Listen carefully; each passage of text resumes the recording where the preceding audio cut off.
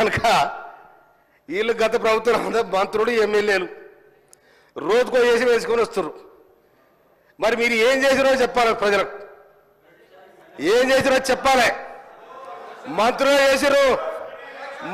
చేసిండ్రు, ఎమ్మెల్యే చేసిండ్రు, ఇసుక దోపిడిగాళ్ళు, భూ దోపిడిగాళ్ళు సర్వం దోచుకున్నారు. ఇవాళ వచ్చి ఏసాలేసి ఎంతమంది ఆటోలను మీ ఇళ్ళకి రానిచ్చారు, ఎంతమంది ఆటో కార్మికులు మీ ఇళ్ళకి రానిచ్చారు, ఎంతమంది రైతులను కాపాడారు. మీ ఇవాళ పచ్చగుడ్డ వేసుకొని మీరు ఇవాళ మీరు రైతేసం వేసుకొని అంత ఏదో నాటకాలు ఆడుతూ ఉన్నారు. ఆటో డ్రైవర్లా మీరు ఆటో డ్రైవర్లా? ఏ ఆటోలో చూసారు మీరు? ఆటోలో కూర్చొని పక్కన కూర్చొని పరుగులు తీయడం ఇదే చక్కదనం అండి.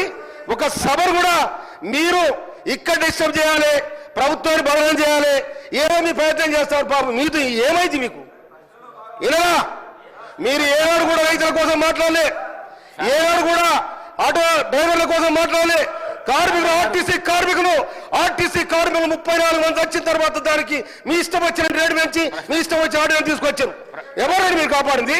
ఇవాళ మొత్తం రోజుకో వేషం వేసుకొని మీరు ఒక డ్రామా చేస్తా ఉన్నారు. డ్రామాలు బంద్ కావాలి. అదేవిధంగా అధ్యక్ష